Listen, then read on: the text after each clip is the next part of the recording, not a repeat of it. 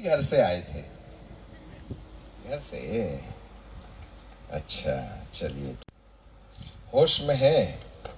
नींद तो नहीं आ रही? सुबह सुबह है, सोना नहीं। परमेश्वर पिता को धन्यवाद देते हैं, उसकी आराधना करते हैं कि पिता परमेश्वर ने हम सबको ये विशेष समय दे दिया कि हम परमेश्वर की वचनों से उसके दिल के अंदर पाई जाने वाली उन बातों को जो अंत के दिनों में सारे संसार में लागू होगी, उसको समझने का प्रयास कर रहे हैं। बात ऐसी है कि हमने परमेश्वर के वचन को मानना है या नहीं मानना है, इस बात पर जो घटनाएं भविष्य में घटने वाली हैं उसको इनकार नहीं किया जा सकता। सो बुद्धिमानी ये है कि प्रभु जो सलाह हमको दे रहे हैं उसको मानना ही बुद्धिमानी है। और यदि हम उसकी सलाह को ना माने तो हमारे साथ समस्या बन सकती है। प्रभु कभी किसी व्यक्ति को समस्या में नहीं डालता। बाइबल कहती है कि परमेश्वर की ओर से किसी प्रकार की कोई भी परीक्षा नहीं होती है। परमेश्वर कभी किसी की कोई परीक्षा नहीं करता, पर हम स्वयं परीक्षा में पड़ जाते हैं। हम परीक्षा को न्योता देते हैं और इस तरीके से हम कहीं ना कहीं याकूब की किताब और उसका पहला अध्याय और उसका 13 पद में लिखा है, जब जब किसी की परीक्षा हो तो वह यह न कहे कि मेरी परीक्षा परमेश्वर की ओर से होती है, क्योंकि ना तो बुरी बातों में परमेश्वर की परीक्षा हो सकती है और ना वह किसी की परीक्षा आप करता है, परंतु प्रत्येक व्यक्ति अपनी ही अभिलाषा में खिंचकर और फंसकर परीक्षा में पड़ता है। तो जब कभी किसी के ऊपर परीक्षा आवे, सताव आवे, मुसीबत आवे, तो हमें यह नहीं मान लेना चाहिए कि परमेश्वर ने हमको परीक्षा में डाल दिया। कई लोगों का विचार है, परमेश्वर ने मेरा एक्सीडेंट करा दिया तो मैं हॉस्पिटल में गया तो आईसीयू में मेरे को प्रभु दर्शन दिया। वो आपको सोफा में भी दे सकता था, परंतु आपकी आदत ही पड़ी है आईसीयू में दर्शन देखने की, तो प्रभु क्या करे? सीधे से नहीं मानने तैयार है क्या? सो आईसीयू तक पहुंचाने का परमेश्वर का प्लान नहीं था, वरन आप वहीं जाके सीखने के आदी थे। घर में ही दुआ कर लेते तो वहां तक जाने की जरूरत नहीं पड़ती। इसलिए जब कभी भी किसी व्यक्ति के साथ में कोई भली और बुरी परीक्षा होवे तो ये न कह लेना कि परमेश्वर ने मेरी परीक्षा की है। वह बुरी बात में, अच्छी बात में किसी की कोई परीक्षा नहीं करता।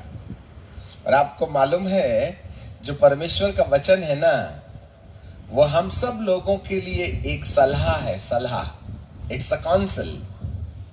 मानिएगा तो फायदा उठाइएगा, नहीं मानिएगा तो अपने ही अभिलाषा में फंसने के कारण जिन परीक्षाओं को हमने न्योता दिया है उसका प्रतिफल भोगिएगा। परमेश्वर कभी किसी को जोर जबरदस्ती नहीं करता। वह बुफे सिस्टम में आपके लिए भोजन रख देता है, अब आप खुद प्लेट उठाइए, जाइए, चॉइस के अनुसार जो खाना है वो खाइए। टिकट नहीं है। परमेश्वर हमारे साथ अपनी स्वर्गीय मन्नाओं में, स्वर्गीय योजनाओं में हम सबको सलाह देते हैं कि आप मानिएगा तो इसका प्रतिफल पाइएगा, नहीं मानिएगा तो जिस अभिलाषा में आप पड़े हैं उसका भुगतान तो करना पड़ेगा। सो ये समझ जो है हमारे अंदर में पैदा होनी चाहिए। हम पढ़ रहे थे एलिया के बारे में, अपने विषय से नहीं जाएंगे बाहर। 3.5 साल के काल में आकाश से वर्षा नहीं हुई। इस समय तक परमेश्वर पिता ने एलिय्याह को कहा था कि तू अपने आप को छुपा के रखना। तो परमेश्वर पिता ने उसके लिए नाइन की विधवा का एक घर बना रखा था जिसमें उसके ठहरने का बंदोबस्त था। अब हम एलिय्याह के अलग अलग विषयों पर थोड़ा सा चिंतन मनन करेंगे। 18वें पहला राजा की किताब और उसके 18वें अध्याय में हम पढ़े और उसके 10वें पद में कि परमेश्वर का वचन एलिय्याह के पास पहुंचा कि अब तुझे अहाब राजा के सामने प्रकट कर देना चाहिए। 10वें पद में लिखा है, तेरे परमेश्वर यहोवा के जीवन की शपथ, ऐसी जाति व राज्य नहीं जिसमें मेरे स्वामी ने तुझको ना भेजा हो ढूंढने के लिए। और जब उन लोगों ने कहा कि वह यहां नहीं, तब उसने उस राज्य व जाति को इसकी शपथ खिलाकर कि एलिय्याह नहीं मिला। अब तू कहता है कि जाकर अपने स्वामी से कह कि एलिय्याह मिला है, फिर ज्यों ही मैं तेरे पास से चलकर जाऊंगा त्यों ही यहोवा का आत्मा तुझको न जाने कहां उठा के ले जाएगा। ऐसा करके उसने अपने आप को अहाब के सामने प्रकट करने के लिए दूत को भेजा, परंतु बेचारा ये दूत जो था ना, ये थोड़ा डरा हुआ था। कहीं ऐसा ना हो कि अहाब राजा एलिय्याह मुझे मिला था बोल करके और उसकी सच्चाई में अहाब के सामने न डाल पाऊं तो वो मेरी हत्या कर डाले। इसलिए हे प्रभु, ये सब मैं कहानी तेरे बारे में जाके अहाब राजा को न बताऊंगा।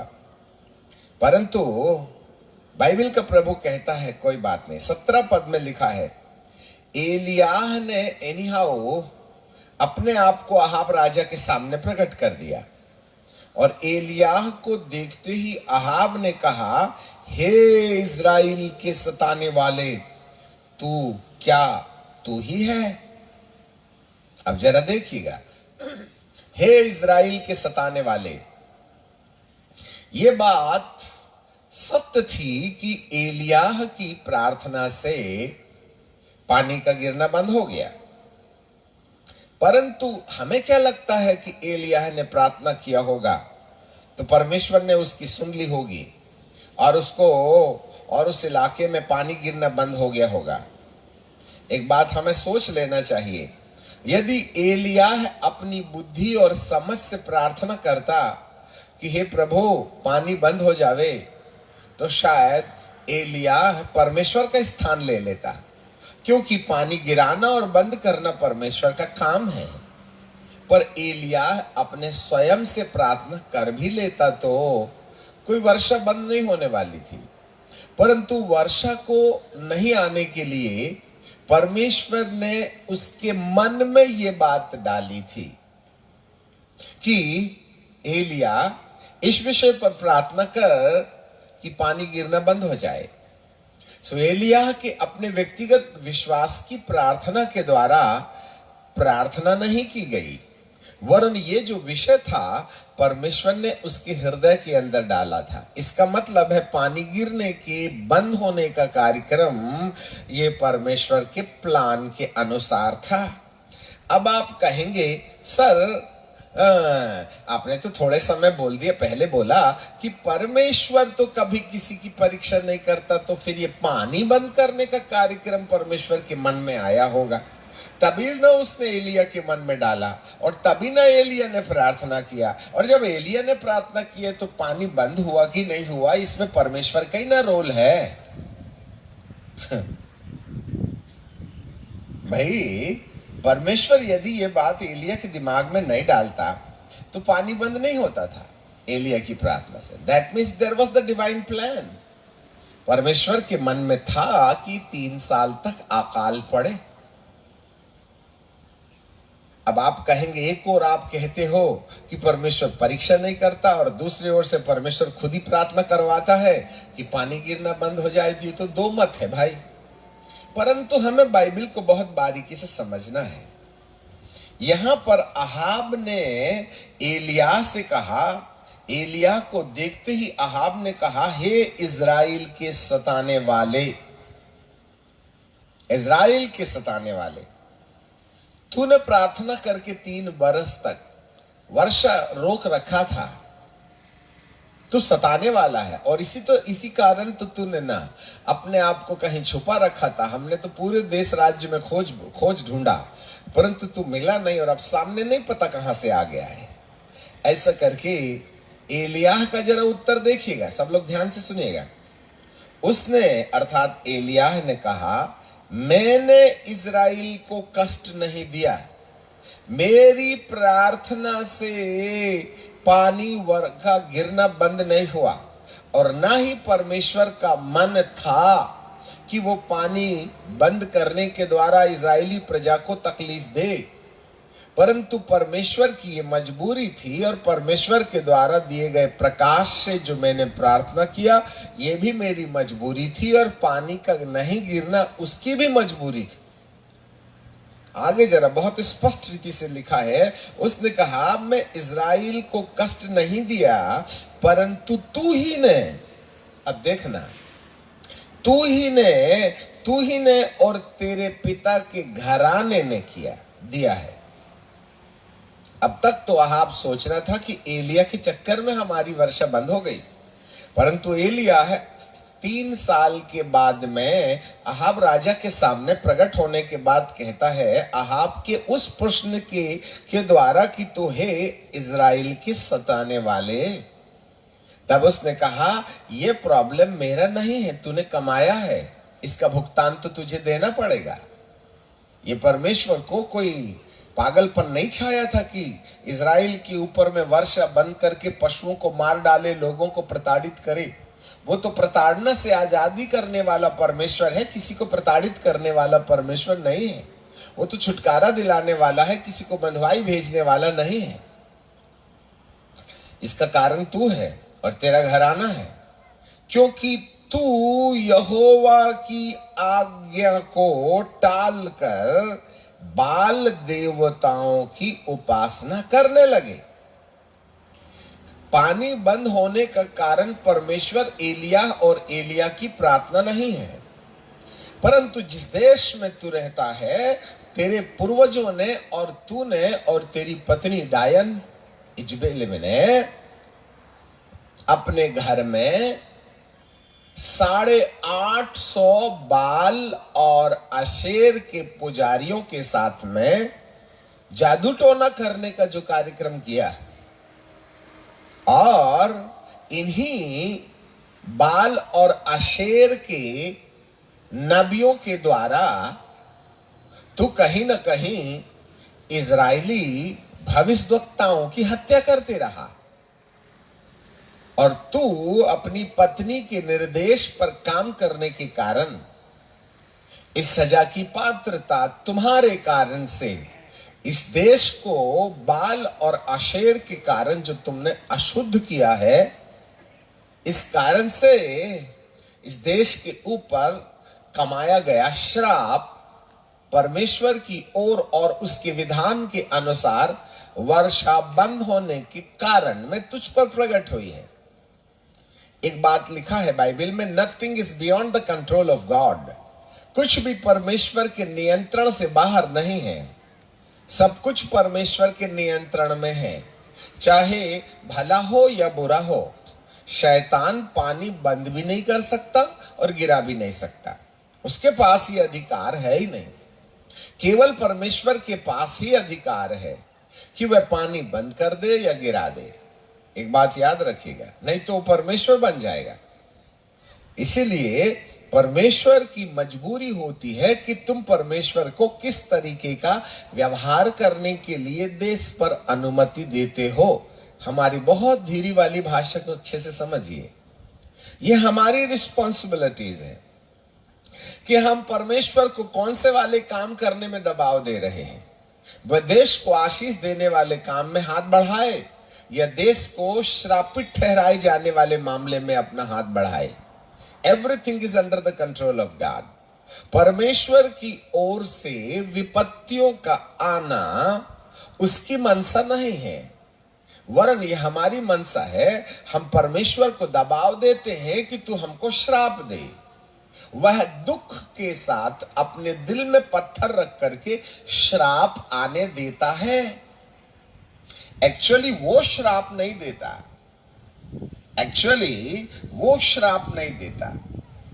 वरन वह अपना अनुग्रह हटा लेता है, तब श्राप दुष्ट आत्माएं आपके जीवन के अंदर लाती हैं।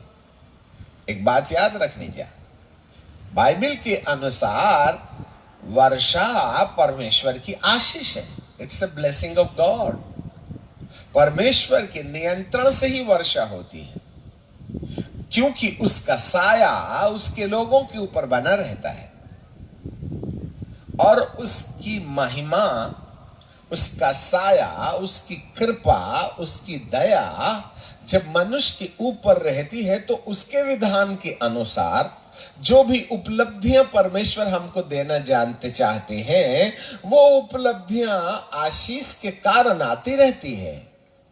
परंतु जब परमेश्वर अपना साया हटा लेता है तो जो वर्षा होने की आशीष है, साया के हट जाने से, दया के हट जाने से, कृपा के हट जाने से, वो वर्षा भी आना और गिरना बंद हो जाती है।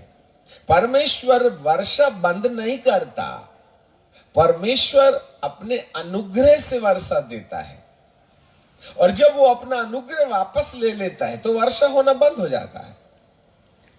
अच्छे से सुनिएगा, परमेश्वर पानी बंद नहीं करता, वरन परमेश्वर पानी गिराता है।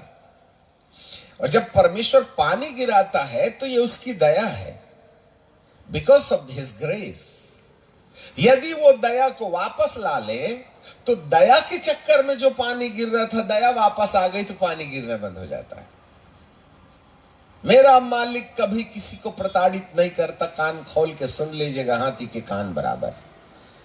मेरा परमेश्वर कभी किसी को हॉस्पिटल नहीं भेजता, मेरा परमेश्वर कभी भूकंप नहीं लाता, मेरा परमेश्वर कभी सुनामी नहीं लाता।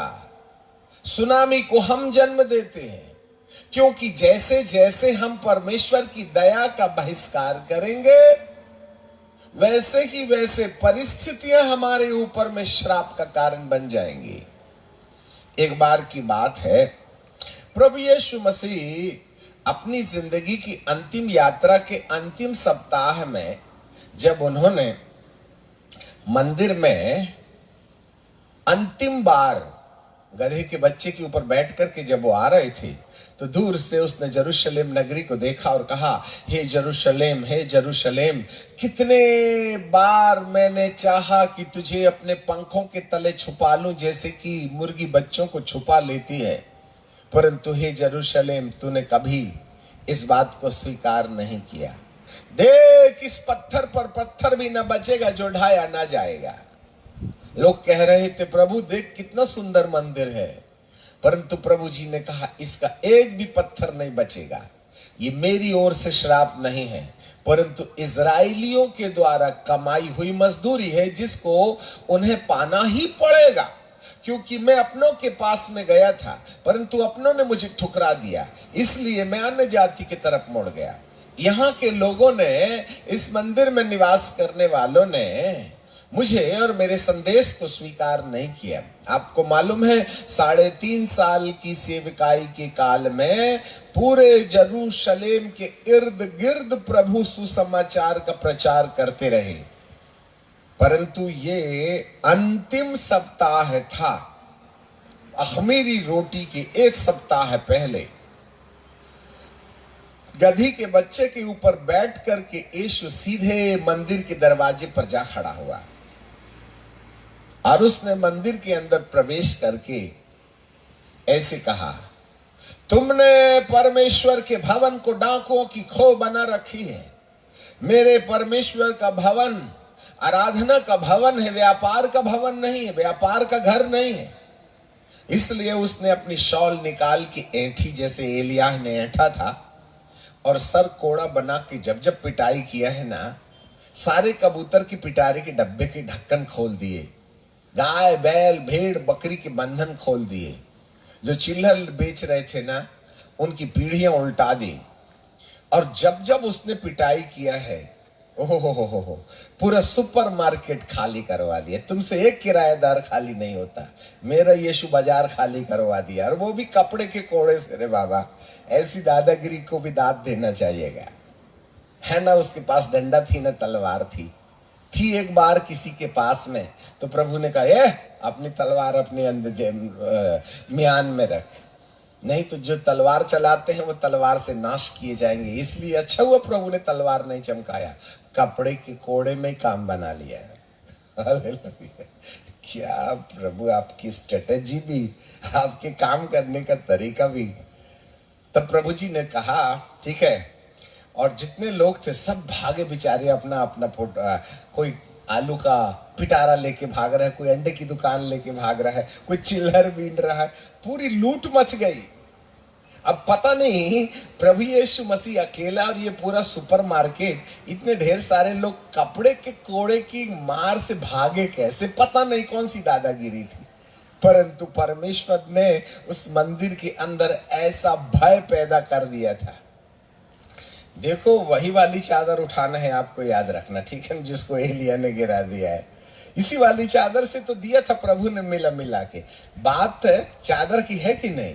देखो, हम विषय से बाहर नहीं है, ठीक है, एलिया की हो या यीशु मसीह की हो, चादर तो चादर ही ना है। यीशु मसीह ने अपनी चादर को ऐंठा और कोड़ा बनाया और लगा पिटाई करने के लिए, तो कोड़े से थोड़ा ही ना लग रहा था उनको। अब आप ही बताइए, कपड़े की चादर का अपन ऐसा करके गोल गोल हंटर बना लें तो उससे लगेगी क्या? प्रभु मारना नहीं चाह रहे थे, वो तो प्रोफेटिकल एक्ट था। He was prophesying। डंडा लगे तब मार के डर के मारे लोग भागे, तलवार लगे, गोली बंदूक लगे, 2-4 फ्लैट होंगे तभी ना भगदड़ मचेगी। यहाँ पर पूरे मंदिर में भगदड़ मच गई। उसका कारण क्या है? कोड़े की मार थी क्या? ना रे बाबा ना, वो तो कोड़े की मार नहीं थी, परमेश्वर के अंदर जो जलजलाहट समाई हुई थी, वो क्रोधी दशा में उस मंदिर के अंदर समा गया। There was the presence of Almighty God। उसके ऊपर अभिषेक था, और उस अभिषेक के कारण से मारा तो एक ही 2 का था, परंतु 5 सिर में पैर रखे भाग रहे थे। समझ में नहीं आता, हे प्रभु इनको क्या हो गया है। वो कोड़े के डर से नहीं भाग रहे थे, परंतु उनके अंदर परमेश्वर ने भय दिलाने वाली आत्मा भेज दिया, और परमेश्वर की मधुर उपस्थिति से उनके दिल कांप गए, और वे सब भागने लगे अपने आप को। तब प्रभु यीशु मसीह को समझ में आ गया है, अपन ने आज पंगा ले लिए हैं। अब अपने पास में ज्यादा समय नहीं है, क्योंकि अगले हफ्ता खमीरी रोटी का पर्व था। उसको एलिया और मूसा ने रूपांतर के पहाड़ में पहले ही कह दिया था, तेरे निपटारे का टाइम आ गया है, क्योंकि तुझे मरना पड़ेगा और तुझे गाड़ा जाएगा और जी उठेगा। ये तो रूपांतर के पहाड़ में मरकुस के 9वें अध्याय में एलिया और मूसा ने बराबर रीति से यीशु मसीह से कह दिए थे। तो वो तो इंतजार ही कर रहा था पकड़वाए जाने का। तो उसको आइडिया था, मेरे को पकड़वाए जाने की जो डेट है वह खमीरी रोटी के पर्व वाली डेट है, इसलिए 1 सप्ताह पहले उसने गधे के बच्चे के ऊपर बैठ करके यरूशलेम के शुद्धिकरण की भविष्यवाणी करने का प्रयास किया। जरा देखिएगा, दिन भर उसने प्रचार किया और बहुत से लोग आए। आज तक प्रभु यीशु मसीह ने मंदिर में प्रचार नहीं किया था। कभी आपने गौर नहीं किया होगा, 3.5 साल की सेवकाई के अंदर ये आखिरी सप्ताह था जहां उसने मंदिर में परमेश्वर के राज्य का प्रचार किया। और बहुत से लोग अब मंदिर में परमेश्वर से चंगाई पाने जो यीशु के द्वारा हो रही थी अंदर आने लगे। अब तक नहीं आए थे क्योंकि ठेकेदारों का कब्जा था। जरा सुनना, जब तक ठेकेदारों का कब्जा होगा मंदिर में कोई चंगा पाने आएगा ही नहीं। चोट मत खाइएगा, वहां भी फरीसियों और सद्दुकियों का कब्जा था। और जब तक प्रभु मंदिर से इन धर्म ज्ञानियों का कब्जा हटाएगा नहीं ना, तब तक लोग स्वतंत्रता पूर्वक नहीं आएंगे। और जब यीशु मसीह ने सबको मंदिर से भगा दिया, तब बीमार लोग आने लगे और कहने लगे, प्रभु जी पहली बार हम मंदिर के अंदर आए हैं, पहली बार। और प्रभु ने मंदिर में उपदेश भी दिया और उसके बाद में उसने लोगों को चंगाई भी दी, लोग छुटकारा पाए। फर्स्ट टाइम इतिहास में पहली बार हीलिंग्स एंड डिलीवरेंस मंदिर के अंदर हो रहा है। अब तक प्रभु गांव गांव जाते थे, एक गांव से दूसरे गांव, दूसरे गांव से तीसरे गांव। यरूशलेम के इर्द गिर्द क्रूसेड्स एंड हीलिंग मीटिंग चल रही है, परंतु मंदिर के अंदर अब तक नहीं हुई थी। यीशु मसीह ने कहा, बाहर के लोगों को मैंने सुसमाचार सुना दिया तो क्या हो गया, अपने लोगों का भी तो इंतजाम करना पड़ेगा। परंतु अपने लोगों को उद्धार पाने से रोकने वाले ये जो ठेकेदार थे ना धर्म के, उनकी कुटाई पिटाई भी तो मेरी जरूरत है। इसलिए प्रभु ने अन्य जातियों को ऐसे नहीं कहा, वरन उसने उन धर्म के ठेकेदारों से ऐसे कहा, तुमने परमेश्वर के भवन को डाकों की खौफ बना रखी है। ये वो धर्म ज्ञानी थे जो विधिवत तरीके से पूजा पाठ, प्रार्थना, अर्चना, यहोवा के नाम पर बलिदान किए जाने वाला कार्यक्रम किया करते थे। याद रखिएगा। अब शाम हो गई तो प्रभु यीशु मसीह को मालूम था मैंने पंगा ले लिया और शेर के मुंह में थप्पड़ मार के। इसलिए प्रभु ने अपने आप को उनके हाथ में नहीं छोड़ा, वरन वो वहां से दूर दराज सामरिया में चले गए। ये बात आपको मरकुस रचित सुसमाचार में मिलेगी। जब प्रभु यीशु मसीह ने देख लिया कि 19 पद को, 11 अध्याय 19 पद को, प्रतिदिन सांझ होते हुए वह नगर के बाहर जाया करता था। क्यों? क्योंकि उसको आइडिया हो गया था कि मैंने मंदिर के शुद्धिकरण के बाद धर्म ज्ञानियों से पंगा ले लिया है। तो इस तरीके से उसने दिन भर क्रूसेड चलाया मंदिर के अंदर और बैतनिया नाम के गांव में चला गया, रात भर वहीं रहा और फिर बैतनिया से दूसरे दिन सुबह आ रहा था। मरकुस रचित सुसमाचार 11-12। दूसरे दिन जब वे बैतनिया से निकले तो यीशु को भूख लगी और वह दूर से अंजीर का पेड़ देखा, दूर से अंजीर का हरा पेड़ देखा और निकट गया।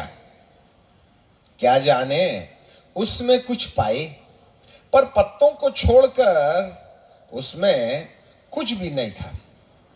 और आगे और एक बात लिखी है, वह फल का समय नहीं था। There was no season for the fruit. क्योंकि फल का समय नहीं था। इस पर उसने उससे कहा, जो कोई तेरा फल कभी न खाएगा। और उसके चेले ये सुन रहे थे। दूसरा दिन खत्म हो गया प्रचार का यरूशलेम सिटी के अंदर, और फिर वह चले गया शाम को।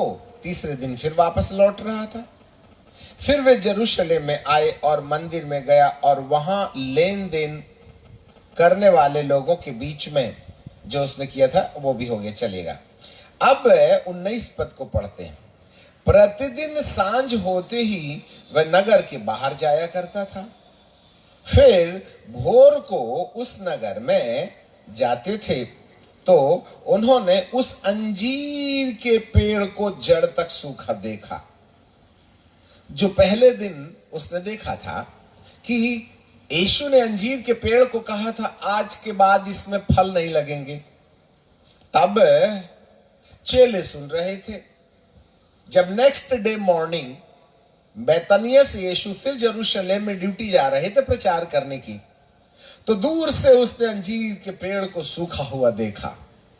देखना, जो पतरस चेला था वो थोड़ा ज्यादा ही जिज्ञासु चेला था और सब चीज को बड़ी बारीकी से ऑब्जर्व किया करता था।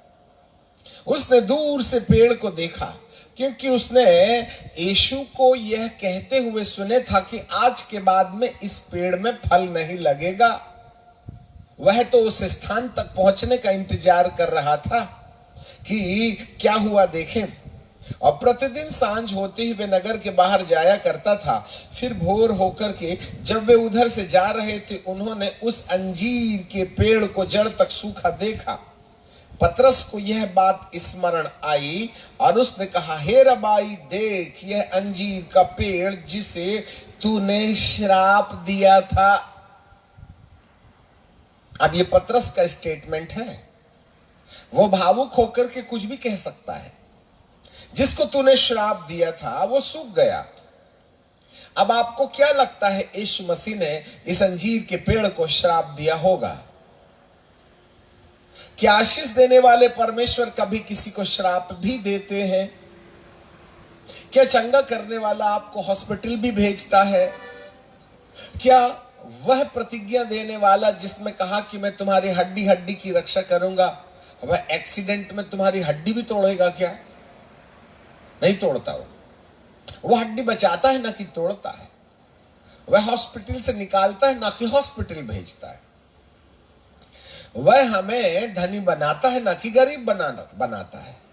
फिर पतरस भावुक होकर के कहते हैं, जिस पेड़ को तूने श्राप दिया था वह सूख गया। अब यहां पर थोड़ा मंथन करने की चीज है, जरा ध्यान से सुनिएगा। हम पढ़ जरूर लेते हैं इन तमाम घटनाओं को, परंतु उस पर ध्यान मनन नहीं करते हैं। भाई, जब यीशु ने दूर से देखा कि पेड़ पत्तों से लदा हुआ है, तो वो उसके पास गए फल ढूंढने। क्या मेरे यीशु को आइडिया नहीं था क्या ये मौसम नहीं है? हैं? दिसंबर महीने में आम के पेड़ में कोई पत्थर मारे, कहे क्या कर रहे हो? आम तोड़ रहे हैं। तो जबकि वो मौसम है ही नहीं, तो उसको कौन से हॉस्पिटल ले जाइए आप? पागल कहीं की, ये कोई मौसम है क्या? पत्थर मार रहा है, पत्ते तोड़ रहा है, उसमें आम गिरेंगे क्या? तो क्या मेरे प्रभु को इतना भी आइडिया नहीं था ये अंजीर का मौसम नहीं है? जरा ध्यान दीजिएगा, जब मौसम है ही नहीं तो फलने का सवाल ही नहीं होता है। आखिर प्रभु जी ने तो मौसम बनाया है ना। जो मौसम होगा तभी ना फलेगा। आज की तारीख में जामुन के पेड़ में जाएं और पत्थर मारे तो अभी जामुन होगी क्या? वो तो जुलाई अगस्त में दिखेगी, अभी नहीं ना दिखेगी। कभी भी संतरा ढूंढ रहे हैं आप पेड़ में, कभी भी आम ढूंढ रहे हैं, तो परमेश्वर ने ना बनाया है मौसम। अब यहां साफ रीति से बाइबल में कह दिया कि फल का समय नहीं था। अंजीर का भी फलने का समय था। जब फल का मौसम है ही नहीं तो प्रभु फल ढूंढने की गलती करे तो इसका भुगतान पेड़ ने क्यों देना चाहिए? पेड़ कहे, हे प्रभु, तू ही ने तो मेरे को मौसम दिया है, मैं उसी ना मौसम में फलूंगा। अब तू मुझको साल भर फलने वाला पेड़ बनाता तो मैं फलता। तूने तो मेरे लिए खुद ही मौसम बनाया, तो मैं मौसम तो आने दे, फलूंगा ना। तो पहले ही टूट पड़ा मेरे ऊपर में। प्रभु जी कहते हैं, नहीं नहीं नहीं नहीं, ऐसे नहीं चलेगा। जब मौसम है नहीं तो फल ढूंढने की गुस्ताखी क्या मेरे प्रभु की नहीं थी? परंतु प्रभु जी कहते हैं, अंजीर के पेड़ के फलने का मौसम होता है, परंतु ये अंजीर का जो पेड़ है ना, उसकी जो उपमा है वो इजराइल समुदाय के साथ में है। अंजीर बोले तो इजराइली यहूदी लिख लो, और अंगूर बोले तो अन्य जाति से आने वाले विश्वासी जो नान यहूदी है, परंतु उनको यहूदियों का सा हक मिल गया है, इजराइलियों का सा हक मिल गया है। हमारा खतना नहीं हुआ फिर भी हम परमेश्वर के बच्चे हैं। इजराइलियों का खतना होता है शारीरिक रीति से, तब वे यहूदी गिने जाते हैं। सो अंजीर बोले तो यहूदी और अंगूर बोले तो अन्य जाति से आने वाले वो विश्वासी जिन लोगों ने यीशु मसीह पर विश्वास करने के बाद में इब्राहिम की संतान होने की सारी प्रतिज्ञा पर दावा कर लिया है। जो यीशु मसीह पर विश्वास करता है वे इब्राहिम की संतान गिन लिए जाते हैं। हम जिन्होंने खतना नहीं भी कराया है तो भी यीशु मसीह पर विश्वास करने के द्वारा हम इब्राहिम की संतान हो गए, जबकि इब्राहिम की संतान केवल इजरायली यहूदी ही है। हम तो सब बाइकाट किए हुए लोग थे, सब हम अन्य जाति के लोग थे। इस धरती के अंदर में गैर यहूदी जितने लोग यीशु की आराधना कर रहे हैं वे आत्मिक रीति से यहूदी समाज में जा मिलते हैं। तो ये जो पेड़ है वो यहूदी जाति की ओर दिखाई इशारा कर रहा है।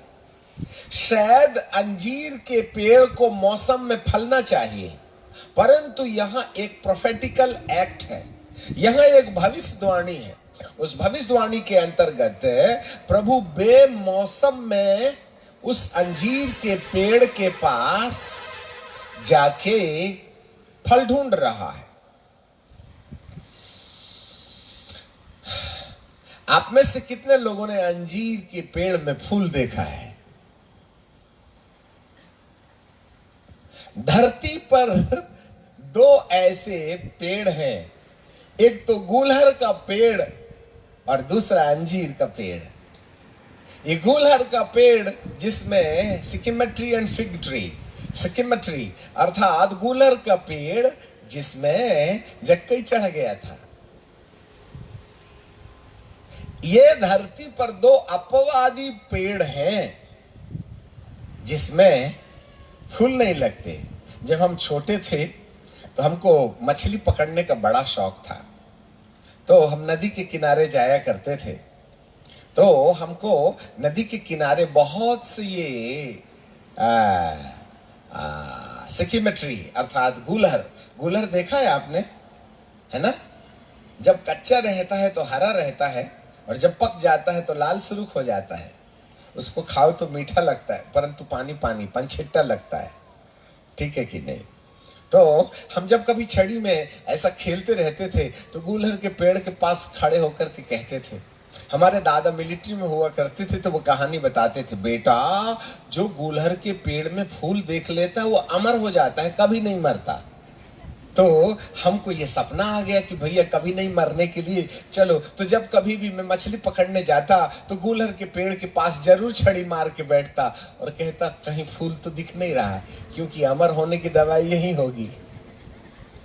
अरे फूल फूलेगा तभी ना दिखेगा फूल, उसमें तो फूल होता ही नहीं, उसमें फूल होता ही नहीं।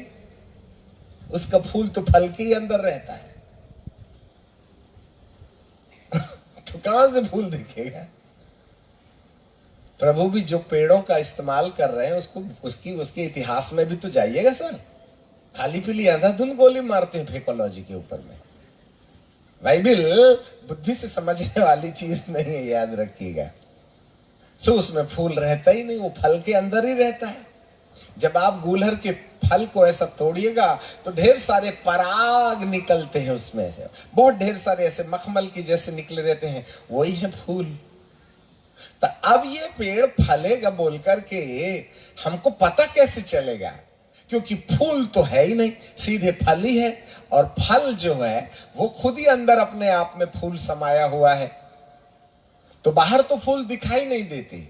और एक प्राकृतिक चीज है कि जब कभी भी पेड़ में फल लगना है तो फूल तो हो गई ना। गुल्ली का फूल गिरेगा महुआ के रूप में तभी ना गुल्ली फलेगी।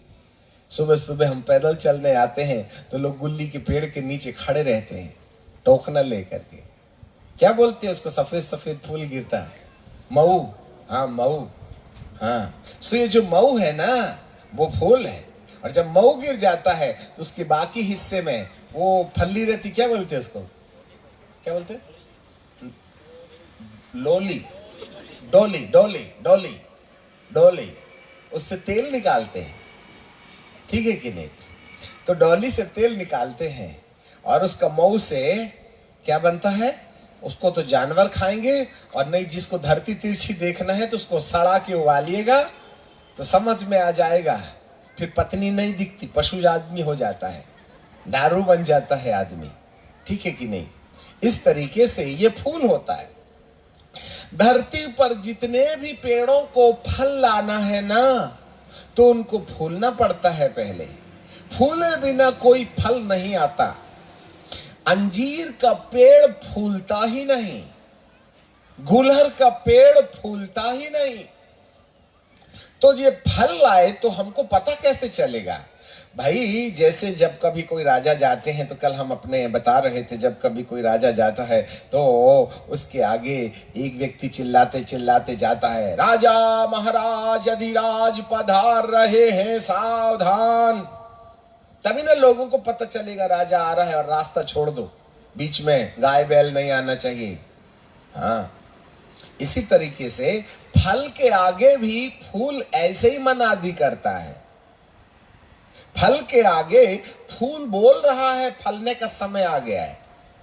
यदि फल झड़ जाएगा, फूल झड़ जाएगा, तो फल पैदा नहीं होगा। इसलिए प्रभु यीशु मसीह ने नहीं, श्रेष्ठ गीत में, मैं भूल रहा हूं, श्रेष्ठ गीत में सुलेमान बड़ी बुद्धिमानी से कहता है, अंगूर की बारियों में पाई जाने वाली उन लोमड़ियों को पकड़ लो जो फूल को खा जाती हैं। अब लोमड़ी जो है वह उचित ट्रांसलेशन नहीं है। लोमड़ी तो बड़ी होती, बिल्ली से बड़ी, कुत्ते की तरह, परंतु वहां लोमड़ी की जगह में वो एक चूहे के समान, जिसकी पूंछ ऐसी झबरे बाल वाली होती है ना, हमारी हिंदी में उसको गिलहरी बोलते हैं। आपको क्या बोलते हैं? स्कोली, खिसकोली। हाँ, खिसकोली। एक्चुअली लोमड़ी नहीं है, वो खिसकोली है। ये पूरा की पूरा अंगूर का बगीचा है, चारों तरफ ऊंची ऊंची दीवार है, उसमें जाने का एक ही दरवाजा है, और उसमें एक चौकीदार बंदूक लेके खड़ा हुआ है। एक भी गाय भेड़ बकरी को अंदर नहीं आने दे रहा है, और पूरी चौकीदारी। और उसमें क्या कर रहा है? वो सोडा भी डाल रहा है, खाद भी डाल रहा है, पानी भी डाल रहा है, और चाकू लेकर के बिना काम वाली डगालों को काट काट के छटिंग भी कर रहा है। ठीक है ना? पूरा बड़ा बंदोबस्त है, चौकीदार भी वहां, खाद भी वहां, पानी भी वहां, सब प्रकार का इंतजाम है।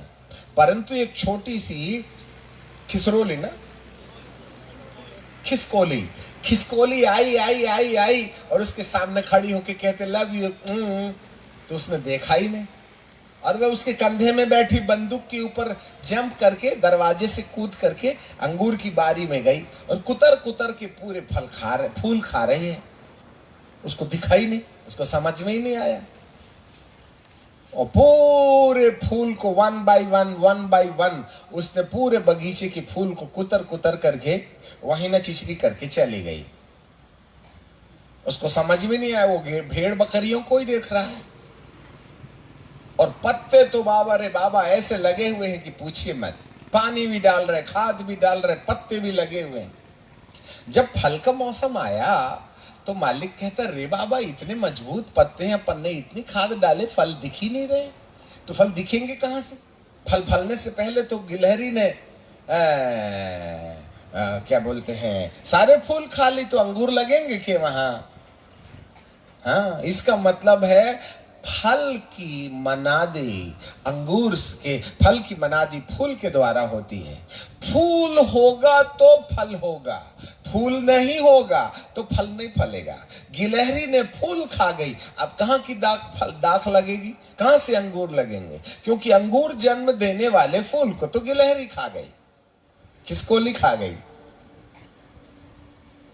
हालेलुया। अभी अंजीर के पेड़ में तो फूल है ही नहीं, तो फूलेगा बोलकर, फलेगा बोलकर के उसको कौन भविष्यवाणी करेगा? यह तो प्राकृतिक नियम के खिलाफ है। इसीलिए गुलहर के पेड़ और अंजीर के पेड़ के अंदर जब कभी भी फल लगना होता है, तो उस फल के लगने से पहले अंजीर के पेड़ में हरे हरे नए नए पत्ते निकलने लगते हैं। और ये पत्ते खिलखिला के कहते हैं कि अब पेड़ के फलने का समय आ गया है। अब हम उस पेड़ की बात कर रहे हैं जो जवान हो गया है। यदि पेड़ बच्चा होगा तो बिना फल के पत्ता देगा, परंतु जब पेड़ जवान हो जाता है, फल पैदा करने लायक हो जाता है, तो वह एकदम से पत्ते नहीं देता। जिस तरीके से फूल निकल के फल होने का प्रमाण देते हैं, वैसे ही एक जवान अंजीर के पेड़ में पत्तों का निकलना इस बात का प्रमाण बन जाता है कि अब उसके फलने का सीजन आ गया है, क्योंकि उसमें फूल नहीं है। अब जरा देखिएगा, प्रभु यीशु मसीह दूर से एक अंजीर के पेड़ को देखते हैं जिसमें हरियाली है, अर्थात पत्ते मौजूद हैं, और वे पत्ते गवाही दे रहे हैं कि इसमें फल होना चाहिए। जहां फूल है ना, वहां फल होगा। जहां फूल ही नहीं होगा, वहां फल होने का सवाल ही नहीं है। तो जब प्रभु यीशु मसीह ने पत्तों को देखा तो मान लिया कि पत्ते गवाही दे रहे हैं कि यहां फल होना चाहिएगा। तब वह पत्तों के बीच में फल खोजने गया, तो क्या पाया कि वहां पर पत्ते तो थे, इस बात का प्रमाण तो था कि फल होना चाहिए, पर मात्र पत्ते ही पत्ते थे, उसमें फल वगैरह नहीं था। तो प्रभु यीशु मसीह ने यूं कहा, जब तेरे पत्ते चिल्ला चिल्ला के कह रहे हैं फल होना चाहिए, तो होना चाहिए कि नहीं? औसम हो या मौसम हो, तू पत्ता क्यों निकला ये बता मुझको। मैंने पत्ते निकलने की अनुमति इसलिए दी थी कि तेरे अंदर में फल होना चाहिएगा, परंतु मैंने जब फल ढूंढा ना, तो उसमें फल नहीं निकला। इसलिए एक बात याद रखो, आज के बाद तेरे अंदर फल कभी नहीं मिलेंगे, क्योंकि तेरी साक्षी झूठी है। हमने पपीते के कुछ पेड़ लगा के रखे हैं। एक पपीता का पेड़ फूलता है, परंतु उसमें फल लगता ही नहीं। हमको बाद में समझ में आया ये बांझ पेड़ है। सब बाद में समझ में आया, पपीते में भी दो प्रकार के फूल होते हैं, एक लड़का फूल होता है, एक लड़की फूल होता है। तो लड़का फूल से तो पैदा होता ही नहीं फल, इसलिए लड़का फूल के साथ में उस पेड़ में लड़की फूल भी होना चाहिए। लड़का फूल ही लड़की फूल को फल देने में मदद करेगा। दोनों की जरूरत है, मेल और फीमेल। कद्दू, हमने अभी बगीचे में कद्दू भी लगा रखा। कोमड़ा क्या बोलते कद्दू को, बड़े वाले को? कद्दू है? कोमड़ा, कोमड़ा, कोमड़ा, कोमड़ा। तो बहुत ढेर सारी लाइन में कोमड़ा लगा के रखे। तो हमारी बहुरानी वो पहाड़ी देश से आई है, वो बहुत ढेर सारे फूल तोड़ के ले आई। हम उस पर नाराज हो, तूने पूरे के पूरे फूल तोड़ के ले आई, सब्जी बनाने की बात करती, पता नहीं क्या क्या फल लगेगा। पापा तुमको नहीं समझता। मैं बोला समझा तो दे बेटा, ये वाला लड़का फूल है। मैं बोला लड़की फूल भी होता है क्या? हद हो गई। तो ये लड़का फूल है, इससे फूल नहीं निकलता है, ये मुरझा के सूख जाएगा। इससे पहले कि सूख जाए मैंने काट के ले आई, उसकी सब्जी बनाएंगे। लड़की फूल छोड़ आई हूं, लड़का फूल काट ले आई। तब मेरे सिर में आई, हे प्रभु तूने कैसा कैसा नियम बनाया है, समझ में नहीं आता है। ये कद्दू में जो लड़का फूल होता है, जिसमें पराग नहीं होती है, पीले वाले ऐसे घंटी के समान तो होता है, परंतु अंदर पराग नहीं होती है, वो कभी फल नहीं देता। वो पता नहीं काय के लिए पैदा होता है। तो उस मैडम ने ढेर सारे टोकनी में भर करके सारे लड़के फूल लाई, और पापा मैं कद्दू के फूल की सब्जी खिलाऊंगी। मैं बोला हमको बहुत अच्छी बहुरानी मिली, पता नहीं क्या क्या खिलाते रहती है, ठीक है कि नहीं। सो उसने कद्दू के फूल की सब्जी खिला दी। मैं बोला हद हो गई, हे प्रभु तूने ऐसा भी इंतजाम किया है क्या? जरा ध्यान से सुनिएगा। तो पत्ते जो थे ये बोल रहे थे कि इसमें फल लगना चाहिए, परंतु फल वगैरह मिले नहीं। तो प्रभु यीशु मसीह ने उस पेड़ से कहा, पत्तों की गवाही ये है कि इसमें फल होना चाहिए। तू नहीं फलता तो पत्ते भी नहीं होना चाहिए था। यदि पत्ते नहीं होते तो तेरे पास आने की गलती नहीं करता मैं। Listen me carefully.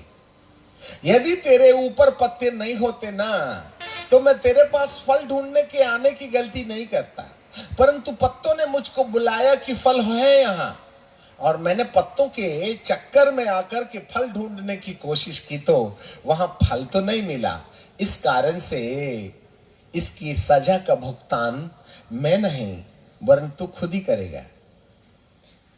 प्रभु जी ने कहा आज के बाद इसमें फल नहीं लगेंगे, और 24 घंटे के अंदर वो पेड़ सूख गया।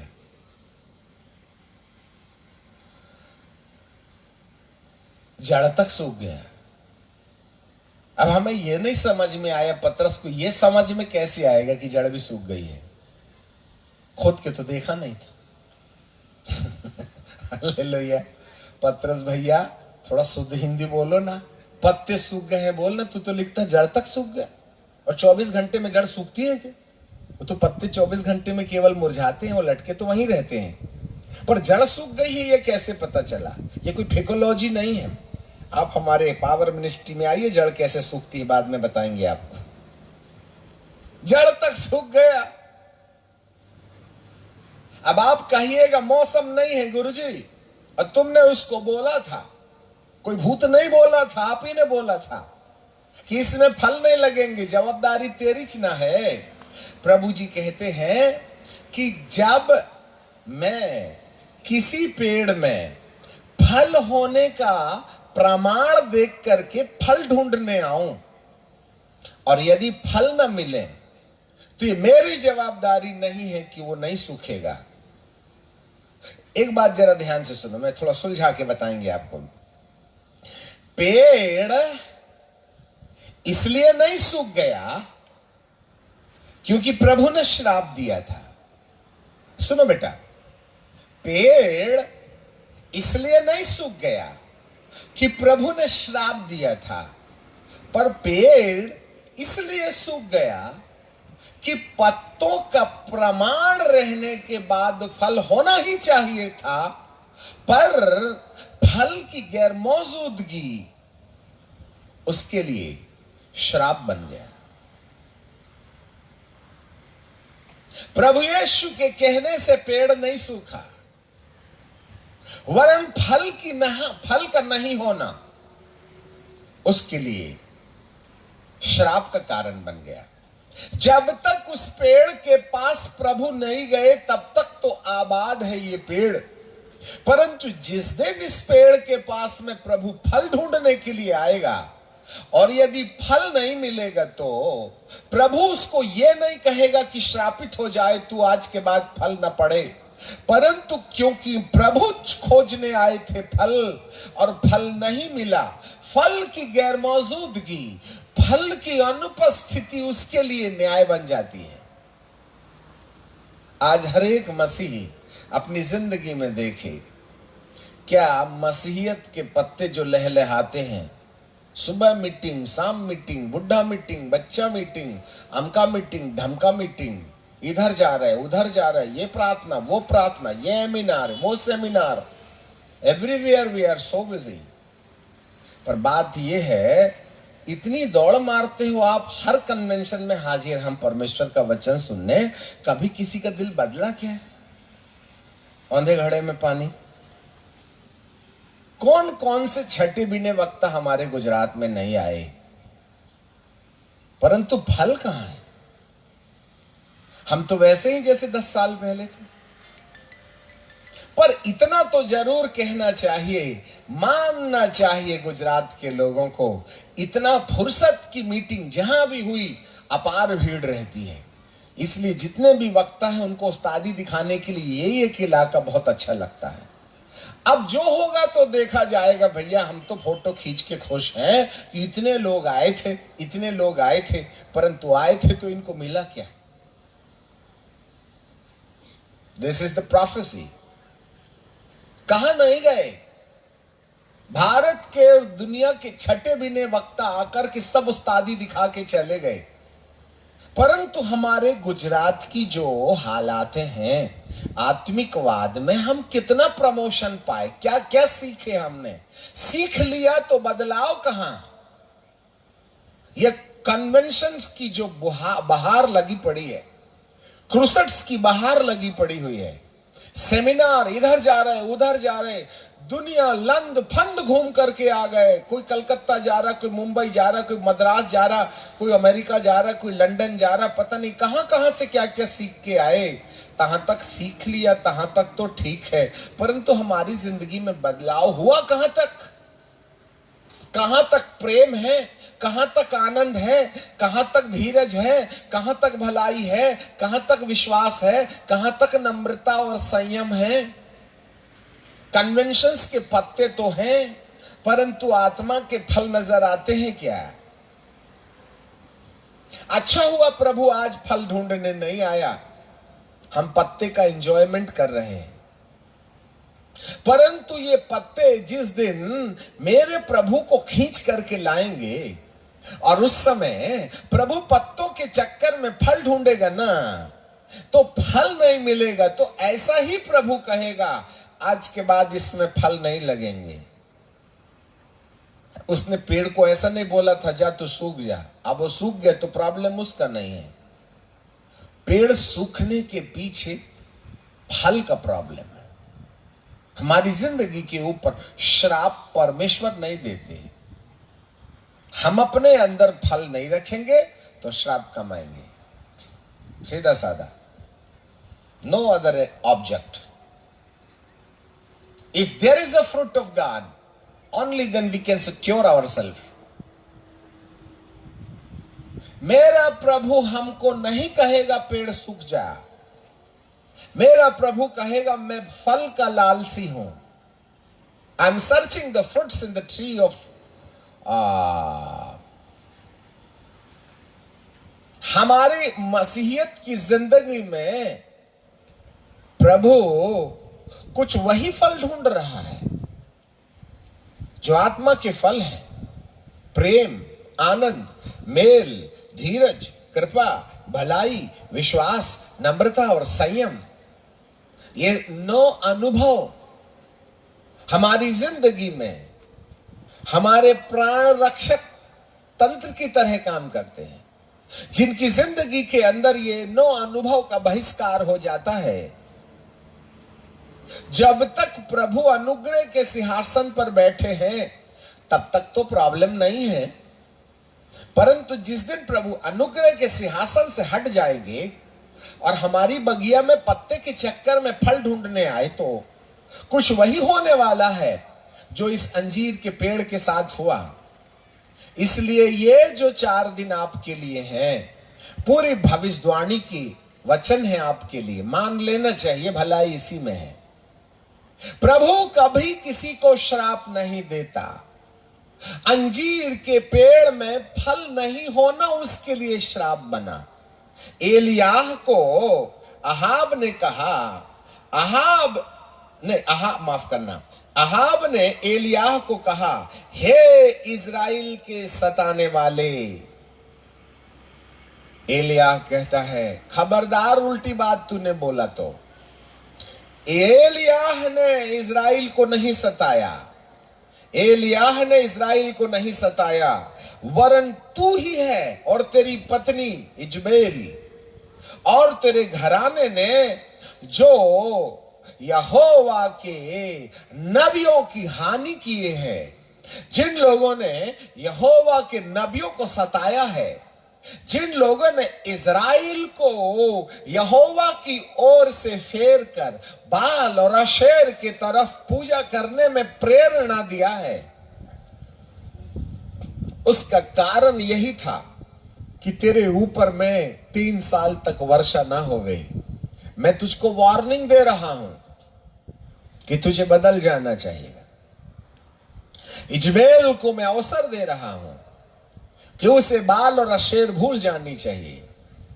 याद रखिएगा, ये बड़ी अच्छी कहानी आगे चल के हमको मिली।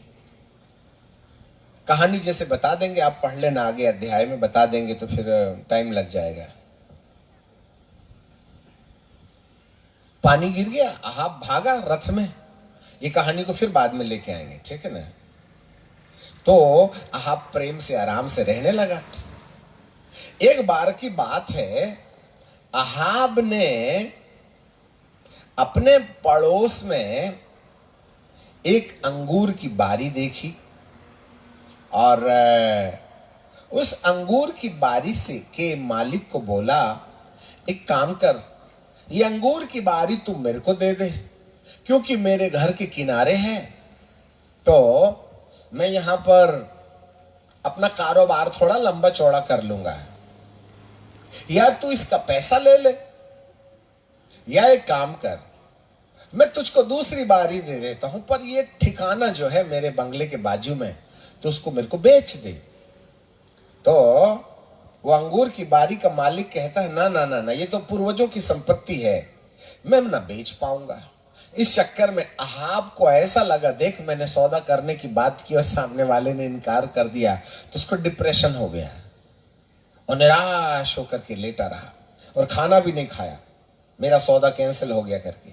और मैं राजा होने के बाद में ये मेरे घर के बाजू में रहने वाला, मेरे राज्य के अंदर में रहने वाला ये नौकर के समान बारी मेरे को नहीं बेचा, मैं उसको दूसरी देने को तैयार था ना, तो मेरा बंगला थोड़ा ऐल फैल जाता।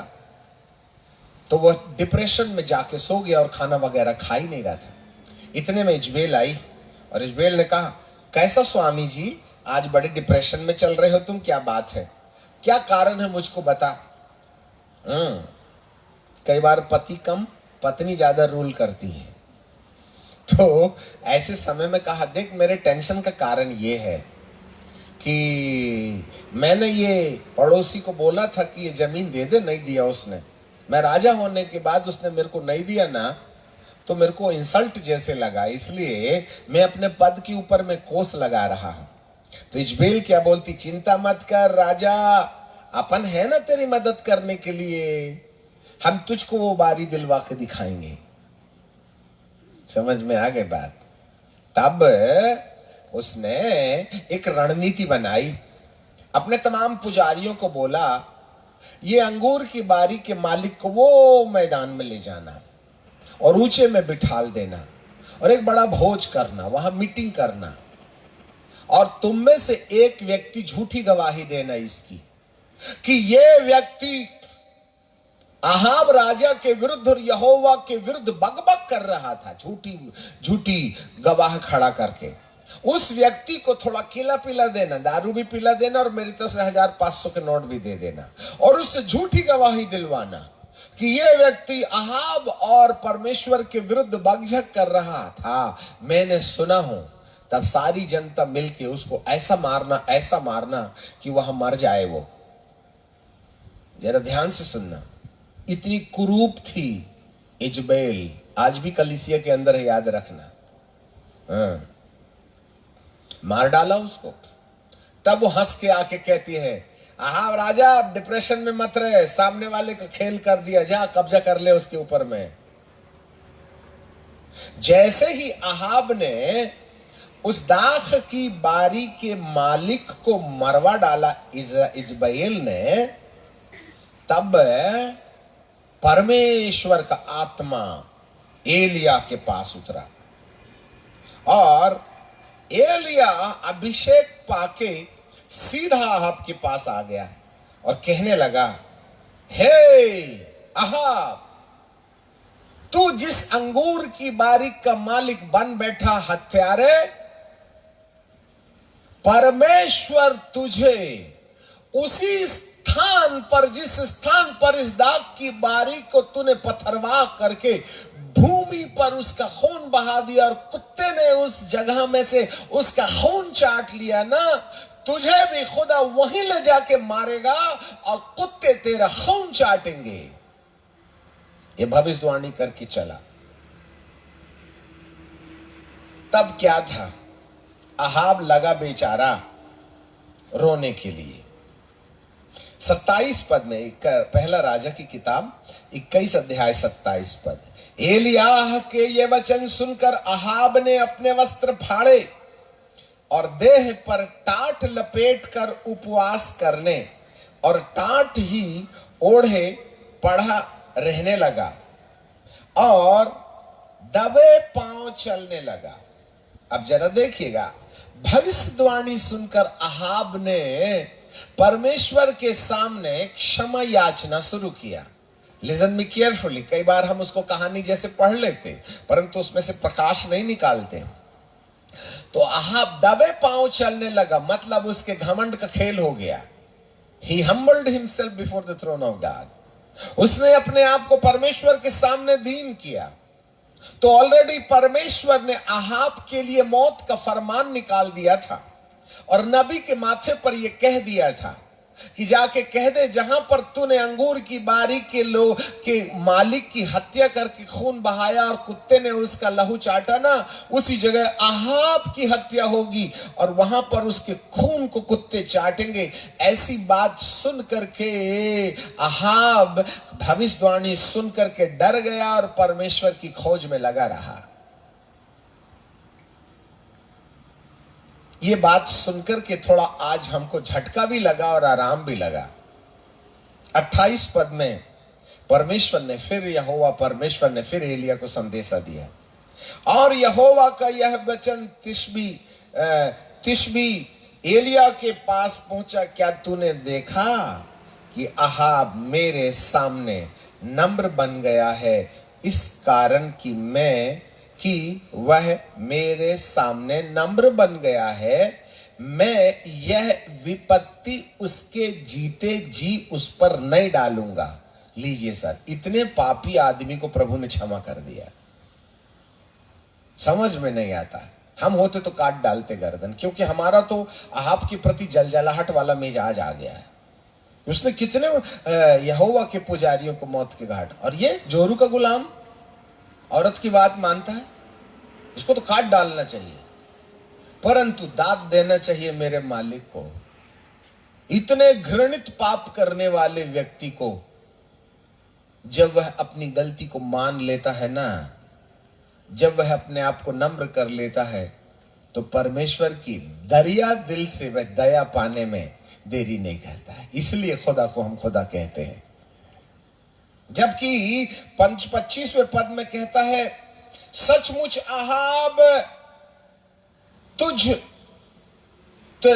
अहाब के तुल्य और कोई ना था जिसने अपनी पत्नी इजबेल के उकसाने पर यह काम किया जो यहोवा की दृष्टि में बुरा था, और अपने को बेच डाला। ऐसा घृणित काम करने वाला पापी भी जब परमेश्वर के सामने गिड़गिड़ाने लगता है ना, तो जो भी कि परमेश्वर की तरफ से मौत का फरमान निकला था कि तू मर जाएगा, परमेश्वर उसको जीवन दान दे देते हैं। Listen me carefully. इसका मतलब है परमेश्वर के सामने नम्र बनना एक इतनी बड़ी संपत्ति है कि हम परमेश्वर के प्लान को भी बदल सकते हैं, चाहे वह मौत का फरमान हमारे नाम पर निकला होगा। तो बाइबल कहती है वह अभिमानियों का सामना करता है और दीनों पर दया करता है। हालेलुया। वह घमंडियों का सामना करता है। एक बड़े से बड़ा पापी भी, एक बड़ा महापापी भी पाप करते करते यदि वह परमेश्वर के सामने दीन बन जाए ना, तो दुनिया भले ही उसको माफ ना करे और जिंदगी भर उस पर पाप का और भगोड़े का कलंक लगाता रहे, परंतु प्रभु जी कहती है तुम्हारा मिजाज है, मेरा मिजाज नहीं। मैं अपने नाम के नियमित हर एक के पापों को क्षमा कर दूंगा और दोबारा याद नहीं करूंगा, परंतु उसकी एक कंडीशन है। क्या प्रभु, तुमने अहाब को क्षमा कर दिया, परंतु प्रभु जी कहते हैं इसके जीते जी तो मैं ना ऐसा वाला काम नहीं करूंगा, कुत्तों को इसका लहू नहीं चटवाऊंगा। इसका मतलब है परमेश्वर सलाह देते हैं, यदि कोई माने तो अपने प्राण बचा सकता है, नहीं तो उसका भुगतान करेगा। आज के बाद में हर एक व्यक्ति जो आज का संदेश सुन रहा है, ये जान करके रख ले कि परमेश्वर कभी किसी को नहीं मारता, परमेश्वर कभी किसी को सजा नहीं देता। पर यदि अंजीर के पेड़ के सूख जाने में यदि कोई दम था तो उसका फल का नहीं होना।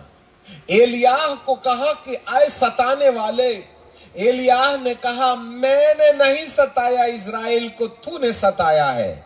क्योंकि तेरी पत्नी के निर्देश पर तू चल चल करके तूने मेरे पवित्र लोगों को हत्या किया, और तूने अपने राज्य में बाल और अशेर की वेदी बनाने के द्वारा जो गुस्ताखी की है, और लोगों को परमेश्वर की ओर से फेर कर बाल और अशेर की पूजा करने में तू जो दबाव देता है, इस पाप के कारण वर्षा का बंद होना इसलिए हुआ क्योंकि वर्षा देने वाली दया जो मैंने तेरे ऊपर डाल रखी थी, वो दया तेरे पाप के चक्कर में मैंने वापस ले लिया है। अब वर्षा नहीं हो रही तो वह मेरा कमाल नहीं है, मेरी आशीष की गैर मौजूदगी से वर्षा नहीं हो रही है।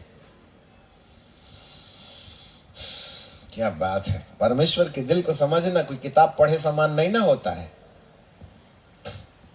बोलो यीशु प्रभु की। इतने धीरे बोल रहे हो, नाराज हो गए क्या कि 12 बज गए तो पेट में चूहे कूदने लगे कि जल्दी खत्म करो ना, उधर जाए टेंट के नीचे। हालेलुया, जोर से बोलो ना, हालेलुया। बोलो यीशु प्रभु की। मेरे प्रियो, एलियाह के द्वारा अहाब के सामने प्रकट होने वाली कहानी आज हमको एक संदेश देती है। मैंने नहीं सताया, परंतु तूने सताया है। मेरी उपस्थिति शर्त पूर्वक है। यदि तुम मेरी मानोगे तो मेरा साया बना रहेगा, और जब मेरा साया होगा तो मैं तेरी हर जरूरतों को पूरा करूंगा। यदि मैं अपनी दया तुझ पर से हटा लूंगा तो इसके बाद में जो नुकसान होगा उसका जवाबदार मैं नहीं होऊंगा, परंतु तेरे ही वे काम होंगे जिसके कारण से परमेश्वर की दया तुझे छोड़ के चली गई। इसलिए अब अपने फायदे के लिए, आशीष के लिए, आवश्यकताओं को जुटाने के लिए परमेश्वर से प्रार्थना करने की बाल्यपन की दशा को न दोहराओ। हे प्रभु मेरे को नौकरी दे। प्रभु कहते हैं नौकरी लेके करेगा भी क्या? आशीष दे। आशीष लेके करेगा भी क्या? हे प्रभु मेरा काम बना दे। मैं कहता हूं बिगड़ा क्यों है तू ये क्यों नहीं जांचता? काम बना भी दूंगा तो ठीक है, बिगड़ा क्यों है ये देख ना तू। हालेलुया। आज लोग भौतिक संसार में उन बातों के पीछे जा रहे हैं और उसको परेशान करते हैं, परंतु वे भौतिक बातें तुमसे छूट क्यों गई? वे भौतिक बातें तुमसे अलग क्यों हो गई? ये बीमारी आ क्यों गई? इस पर चिंतन क्यों नहीं करते? तुम्हारे हमारे घर परिवार के अंदर में महाभारत हो रहा है, ये शुरू क्यों हो गया ये क्यों नहीं सोचते? नहीं जी हमारे घर को दुष्ट की नजर लग गई है, तो क्या हमारा प्रभु मेहंदी लगा के सुखाने गया है रोड में जो तुम्हारे घर की रक्षा अब नहीं करता? तुम्हारे घर में ये भूत आए तो आए कहां से? वो छेद ढूंढो ना जिस कारण से दुष्ट आत्माएं आ गए। रखवाला गया होगा बेचारा कहीं, रखवाली करने वाले को तुमने रखवाली करने के दिया ही नहीं। यदि तुम परमेश्वर को प्रसन्न करके अपना जीवन गुजारते तो ये दुष्ट आत्मा घर में क्यों आती? ये हॉस्पिटल जाने का शौक तुम्ही को है, चोर का धन चंडाल ले जाए, है कि नहीं? हम तो नहीं जाते बाबा, वो दवाई की बजाय अंगूर खाते हैं। आप खाइए चना मुर्रा जैसे गोलियां, हम नहीं खाएंगे। जब मेरे प्रभु का अनुग्रह मेरे ऊपर है तो मैंने क्यों अपनी जिंदगी में इस बात की चिंता करनी है कि मुझको, हे प्रभु कार में बैठने के पहले हे पिताजी, पिता पुत्र पवित्र आत्मा के नाम से हम जहां जा रहे हैं वहां जाइए। क्या तेरे को शंका है जहां जा रहा है वहां नहीं पहुंचेगा, वहां से सीधे हॉस्पिटल चला जाएगा? तुम्हारी प्रार्थना खुद ही डाउट वाली है।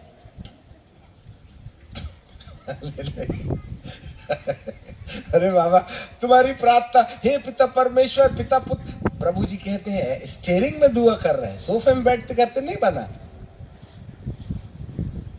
We do a wrong type of prayer. हमें रक्षा की दुआ करना ही नहीं चाहिए, हमारा रक्षक ऊँघता ही नहीं। हे पिता मेरी रक्षा कर। क्यों तेरे को भरोसा नहीं करे? नहीं पता नहीं कहीं मेडिटेशन में बैठा होगा पहाड़ में, इसलिए याद दिला दे रहा हूं आजा। प्रभु जी ने कहा है मैं न छोड़ूंगा न त्यागूंगा। एक दूध पिलाती माँ अपने बच्चे को त्याग सकती है, मैं ना त्यागूंगा, परंतु उसकी शर्त है ना, तुझे बार बार थोड़े ना याद दिलाना पड़ेगा आज गणित का पेपर है। हमको बहुत दिन पहले जब हम अमेरिका का वीजा लेने के लिए गए तो सारे सलाहकार हमको मिले, पास्टर जी बहुत दुआ करके जाना, बड़ी मुश्किल से मिलता अमेरिका का वीजा। हम कहे ऐसा क्या है ना, तुम ये पेपर ले जाना, वो पेपर ले जाना, इतना डरा दिया था सर, हम बाइबल समान फाइल लेके गए थे, ठीक है कि नहीं।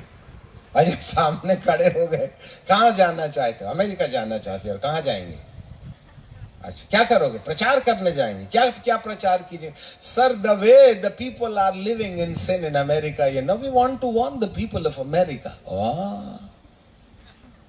ऐसा क्या, कहाँ जाओगे, मेथोडिस्ट चर्च जाएंगे, अच्छा। हु इज जॉन वेस्ली, अरे सर वो रिवाइवलिस्ट था जिसने, जॉन वेस्ली ने तो वेलिस के अंदर में आग लगा दिया, अच्छा कैसे किया उसने, बिकॉज ऑफ द एनॉइंटिंग। तो मुंह में हाथ रख के कहते हैं, सर मैं आपको बताऊं, मैं ये सर्टिफिकेट देने लगा, वो सर्टिफिकेट देने लगा, ये सर्टिफिकेट देने लगा, वो सर्टिफिकेट देने लगा, वो क्या बोलते हैं मालूम, मुबारक हो तुमको सर्टिफिकेट, रख लो उसको कागज को, इससे थोड़े ना वीजा मिलता है।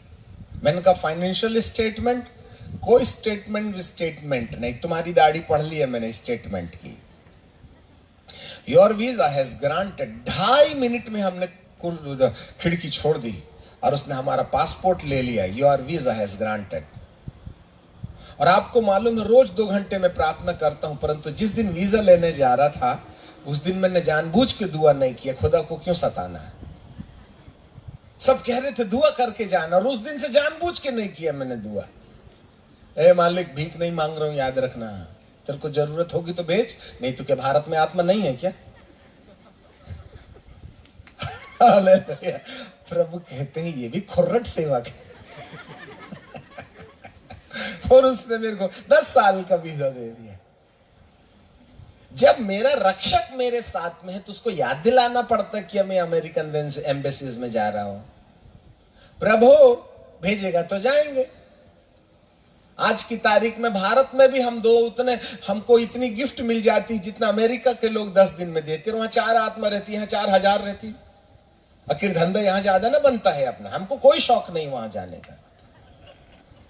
वहां से कौन सा करोड़ लेके आए थे, इतना तो भारतीय लोग भी हमको देते हैं। यहां तो 10-20 हजार भी मिल जाते हैं। इतनी बड़ी भीड़, अरे सर जितने लोग बैठे हैं उतनी बड़ी भीड़ दिनकरण की मीटिंग में नहीं आती, हमारी कहां से आ जाएगी। टाइम वेस्ट, वो तो मनोरंजन करने के लिए चले जाते हैं, नहीं तो हमें कोई दिलचस्पी नहीं है। अभी हमारे पास में वहां से अभी जुलाई में हमारा प्रोग्राम अमेरिका में एक जन ने बुलाया, हमने कहा व्हाट अबाउट द टिकट। बोले आज तक इंडिया से जितने भी पास्टर लोग आते हैं अपनी टिकट लेके आते हैं। मैं बोला वो क्वालिटी का पास्टर मैं नहीं हूं।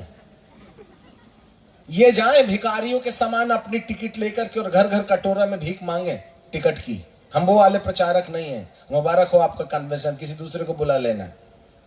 उन्होंने कहा एक्सक्यूज मी प्लीज, हम ट्राई कर रहे हैं टिकट खरीदने का। हमके खरीदना खरीदो, नहीं खरीदना मत खरीदो, हमारे पास इतना काम है सर, कहां कौन जाएगा। 15 दिन के अंदर में 5 लोगों के सिर में डमरू बजाने, और फिर भी नहीं बदलेंगे कम वक्त, क्योंकि डॉलर के गुलाम है वो। हालेलुया।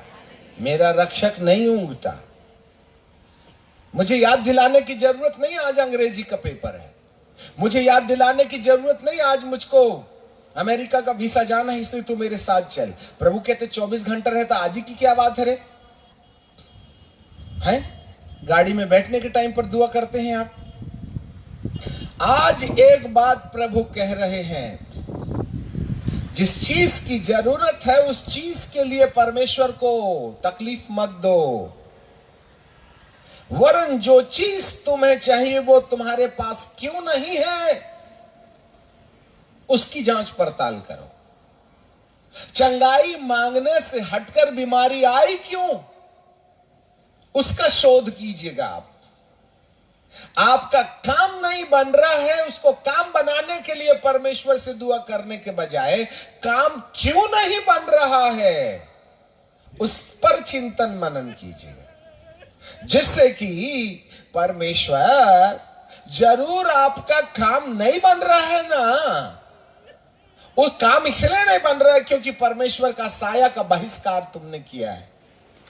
मैंने वर्षा बंद नहीं किया, परमेश्वर ने वर्षा बंद नहीं किया, तेरे बाल और अशेर ने वर्षा नहीं आने के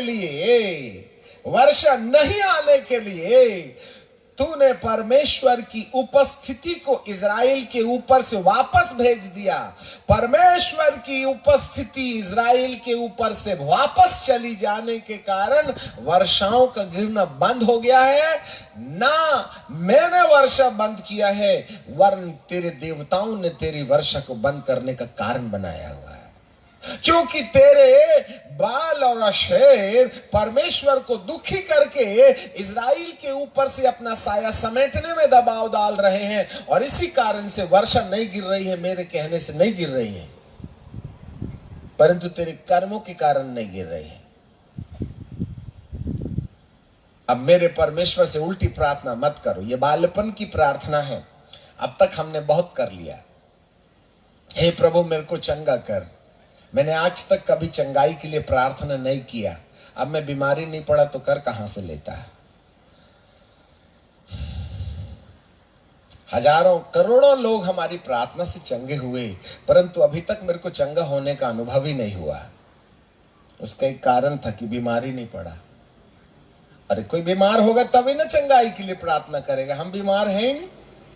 तो दुर्भाग्य है मुझे कि मेरे को अभी तक चंगा होने का अनुभव नहीं मिला, क्योंकि मैं बीमार पड़ा ही नहीं, क्योंकि उसके आने से पहले ही मैंने इंतजाम करके रखा। एक खबरदार, आगे चलो, नो वैकेंसी।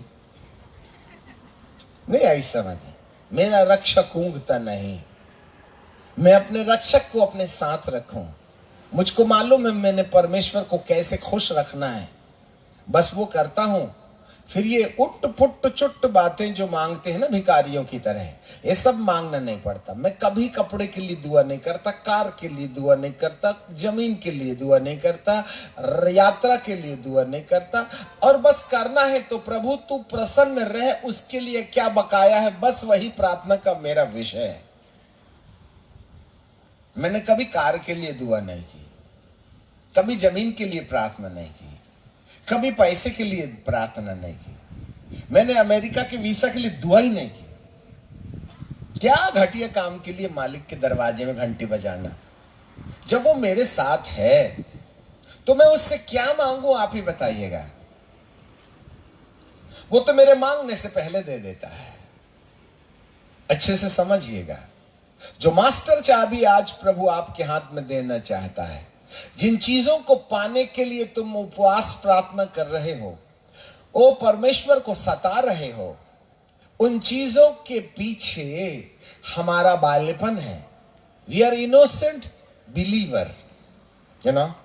मैच्योरिटी ये है कि ये चीज क्यों नहीं है मेरे पास में जब तू मेरे साथ है तो, और उसका नहीं होना मेरे लिए कष्ट का कारण है। जरूर तेरा साया मेरे ऊपर से कम हो गया होगा, तो मैं उस साये को, उस अनुग्रह को, उसकी प्रसन्नता को अपने जीवन में किस तरीके से बना के रखूं, यह कोशिश मेरी रहती है।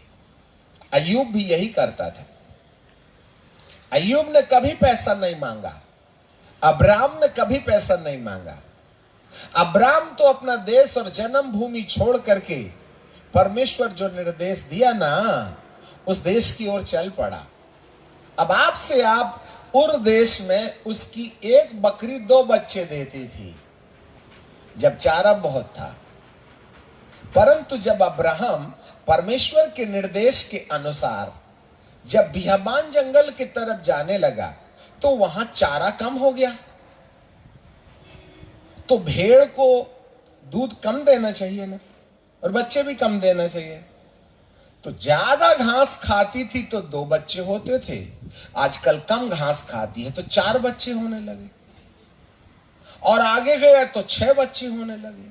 अरे भाई भेड़ तो डेढ़ दो ही न दर्जन थी, तो धरती भर में इतना बड़ा धनी 2 भेड़ से होता है क्या? कोई 10-20 करोड़ साल के बाद में तो इतने नहीं ना हुए थे, वो तो 24 साल में इतना धनी हो गया। अब्राहम के समान धनी नहीं था। एक बात याद रखना, ज्यादा घास खाने से भेड़ बकरियां ज्यादा बच्चे नहीं देती। घास और प्रोटीन और विटामिन से हेल्दी नहीं बनता आदमी, वरन परमेश्वर की दया से बनता है। अब्राहम के ऊपर परमेश्वर की बुलाहट थी, और अब्राहम परमेश्वर को प्रसन्न करने के चक्कर में अपना पिता का घर, जन्मभूमि सारा के लिए अब तक उसने परमानेंट बाथरूम नहीं बनाया, जिंदगी भर टेम्पररी बाथरूम में चलती रही।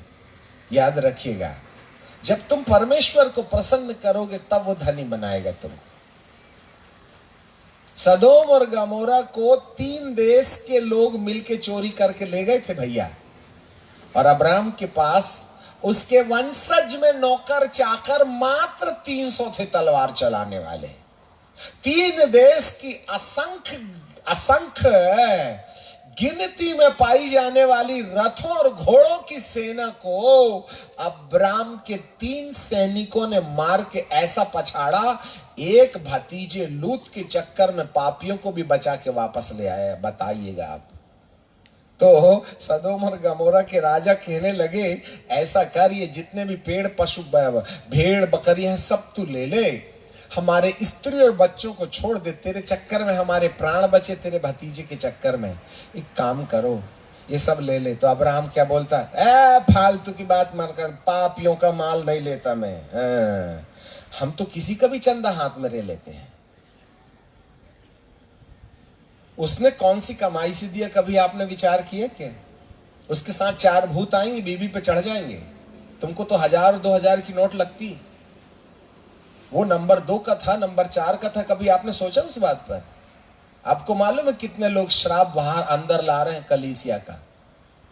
हाँ, और यदि अंदर नोट आई गई तो उसका भूत पहले गेट से बाहर निकालो।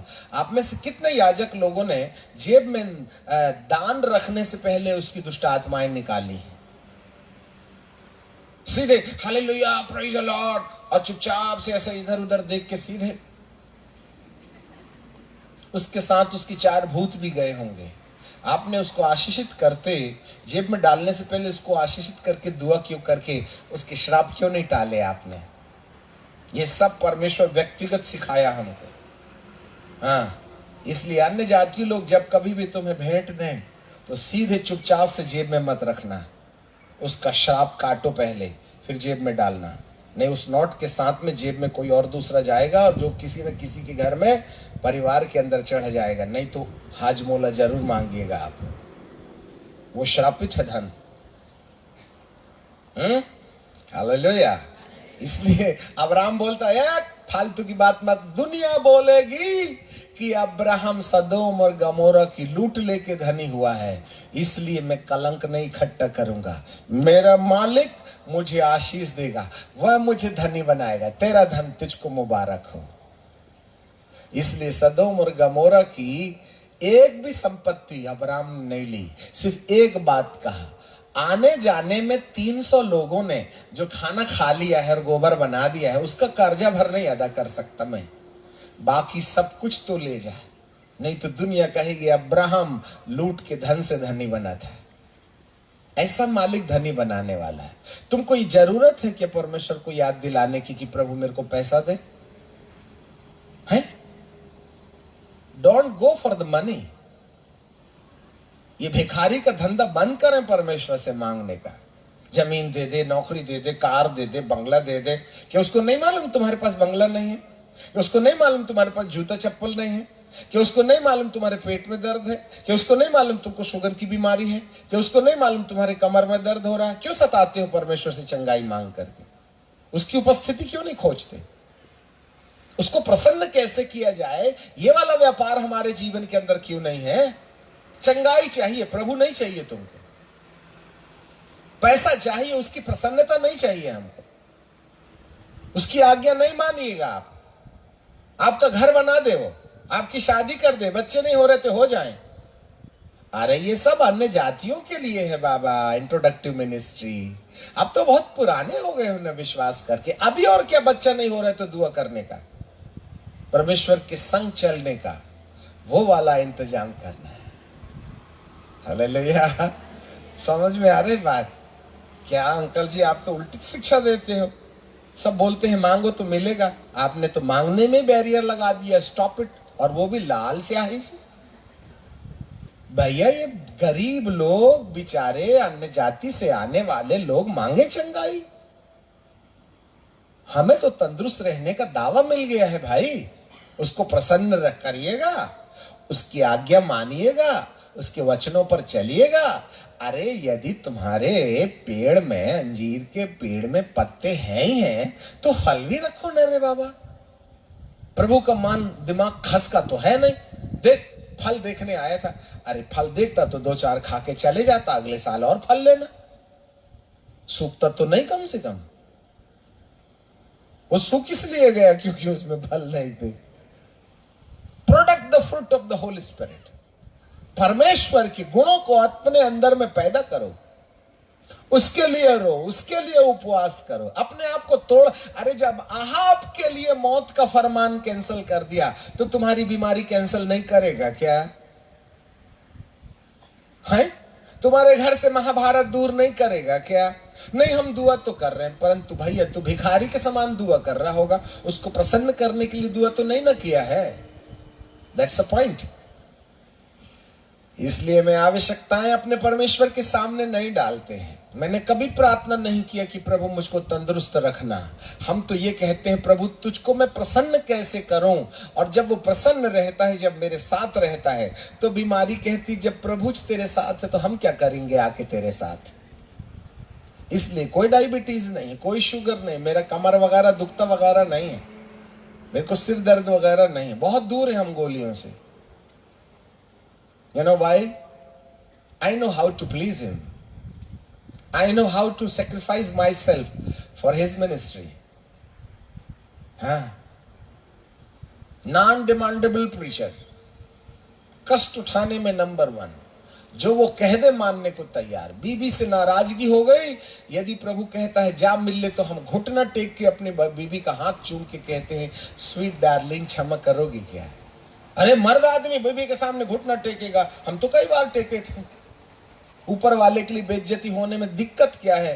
वो ना छोड़े, उसके लिए जो कहने बोले हम सब करने के लिए तैयार। नहीं आई समझ? Hallelujah, praise the Lord. हाँ, अहाब ने परमेश्वर को प्रसन्न कर लिया, मौत का फरमान कैंसिल करवा लिया, दबे पांव चल रहा। पहले ऐसा चलता था और आजकल ऐसा चल रहा है। परमेश्वर कहता वीडियो में फोटोग्राफी अच्छी आ रही है बेटा आजकल तेरी, और तुरंत तत्काल हेलो एलिया कैंसिल कर दे यार वो वाला प्रोग्राम जो तूने लेके गया था ना, उसको जीते जी कुत्ते को नहीं खिलवाऊंगा उसका खून। पर उसके पूर्वजों से जो पद्धतियां आ रही है उसका छुटकारा तो उसकी औलादों को देना पड़ेगा। इज अ राइचियस जज, वो धर्मी न्यायी है। इस पड़ाव पर प्रभु आपको एलिया की कहानी से कुछ कह रहा है। एलिया ने कहा मैंने तुझे कष्ट नहीं दिया, वरन तेरे बाल और अशेर ने तेरे लिए वर्षा बंद करने के बाबत यहोवा को अपने देश से जाने की अनुमति दे दी, जिसके कारण से वर्षा बंद हो गई है। मेरे प्रियो, वहां हमको पश्चाताप, आखिरकार आ गई बात वहीं। मन फिराओ और लौट आओ, अपने अंदर में फलों को जन्म दो, अपने स्वाभिमान का सामना करो, अपने आप को नम्र बना लो, अपने आप को छोटा बना लो। जब अहाब के पाप क्षमा कर दिए जा सकते हैं, वह टाट ओढ़ करके, वो वस्त्र फाड़ करके परमेश्वर के सामने कहने लगा, पत्नी के चक्कर में थोड़ा शॉर्ट सर्किट हो गया था, प्रभु क्षमा कर दे। खुदा ने इतने महापापी को भी क्षमा करके उसको जीवन दान दे दिया, तो क्या ये परमेश्वर की दया नहीं है? उसके समान दुख दे करके पछताने हारा परमेश्वर। आज वह इजबेल से नाराज नहीं है। इजबेल के लिए आज भी उद्धार रखा है। कल पढ़ते पढ़ते थोड़ा माथा ठनक सा गया। हमारा दिमाग इजबेल को सुनते बराबर इतना गुस्सा आ जाता है कि पूछो मत। होती तो मैं पहली तलवार मारता उसकी गर्दन में। ठीक है कि नहीं? प्रभु जी कहते हैं 20वां पद प्रकाशित वाक्य 2:20, पर मुझे तेरे विरुद्ध कहना है कि तू उस स्त्री इजबेल को रहने देता है जो अपने आप को भविष्यद्वक्तनी कहती है और मेरे दासों को व्यभिचार कराने और मूरत के आगे बलिदान के को खाने को भरमाती है। मैंने उसको मन फिराने के लिए अवसर दिया। हे प्रभु, इतनी पापनी स्त्री के प्रति आज भी आपके दिल में दया है। यदि वो बदल जाए तो मैं इजबेल को भी बदल दूं। वाह, वंडरफुल। हम तो सोचे थे प्रभु तूने बटन दाब दिया, इसका खेल करेगा ही करेगा, परंतु there is a chance for Jezebel. Jezebel के लिए मौका था। यदि वो बाल और अशेर को निकाल देती तो शायद उसको भी जीवन दान दे सकता था। अब हम रुक जाना चाहते हैं। आपने कितना भी बड़ा पाप किया होगा, अब कितने भी दूर परमेश्वर से भटक गए हैं, आप अपने आप से जितना भी बुरी ताकत से थक गए होंगे, ऐसा लगता है अब आपकी आंखों के सामने जिंदगी भर अंधेरे और अंधेरे के अलावा कुछ नहीं होगा।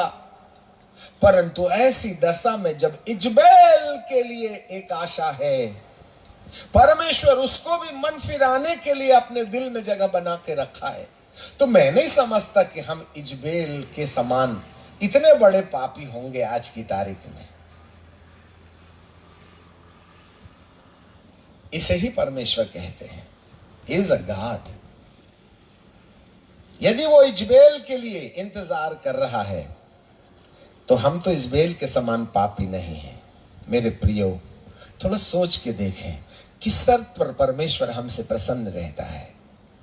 यदि हम परमेश्वर की प्रसन्नता पर ध्यान रखें, हम अहाब के समान टूट जाएं, हम अहाब के समान परमेश्वर के खोजी हो जाएं, उसके साथ साथ वह इजबेल को भी मन फिराने का अवसर देता है, क्योंकि इजबेल की आत्मा भी तो परमेश्वर की आत्मा से निकली हुई एक आत्मा का तिनका है। आप कितने भी बड़े पापी हो जाइए, कहीं ना कहीं आपके अंदर परमेश्वर का अंश है, इसलिए वह कभी बर्दाश्त नहीं करेगा आपको नरक भेजने के लिए। He never leave you। और आज आप में से जितने लोग थक गए हैं अपनी जिंदगी में, जिन्होंने अनेकों पाप करते हुए यह सोचा कि अब तो मेरे निष्ठुर पापी की प्रार्थना प्रभु कभी नहीं सुनेगा। किसी काम को करने के लिए हमने कईयों सालों से प्रार्थना की परंतु नतीजे नहीं मिले। कोई बात नहीं, चिंता की कोई बात नहीं है। अपने बदन के कपड़े फाड़ने के बजाय अपने दिल को फाड़ना यदि हम शुरू कर दें, यदि हम अपने दिल का इंतजाम कर दें, यदि हम अपने मन को फिरा के परमेश्वर के पास लौट आए, तो इजबेल के लिए चांस है तो हमारे लिए भी चांस है। अहाब के लिए मौत का फरमान था, उसके बावजूद भी प्रभु ने उसी एलिया को जिसने मौत का संदेश लेकर अहाब के पास भेजा था, उसी एलिया को परमेश्वर फिर भेज करके कहेगा, मैं तुझे क्षमा कर देता हूं और तेरे जीते जी जो विपत्ति मैंने तेरे लिए की, तेरे खून को कुत्ते वहीं चाटेंगे जहां तूने इस बारी के मालिक को पत्थरवाह करके मरवा डाला था, मैं उसको कैंसिल कर देता हूं।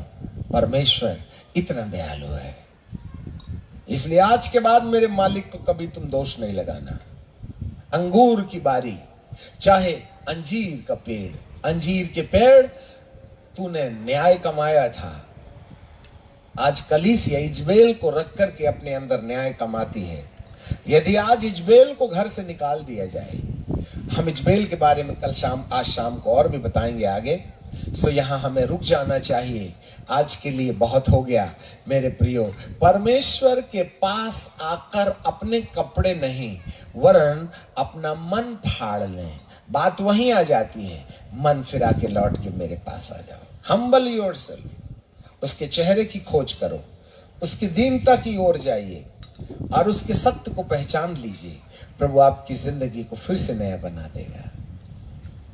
आज भी आपके लिए चांस है, आप मुकद्दर के सिकंदर फिर बन सकते हैं।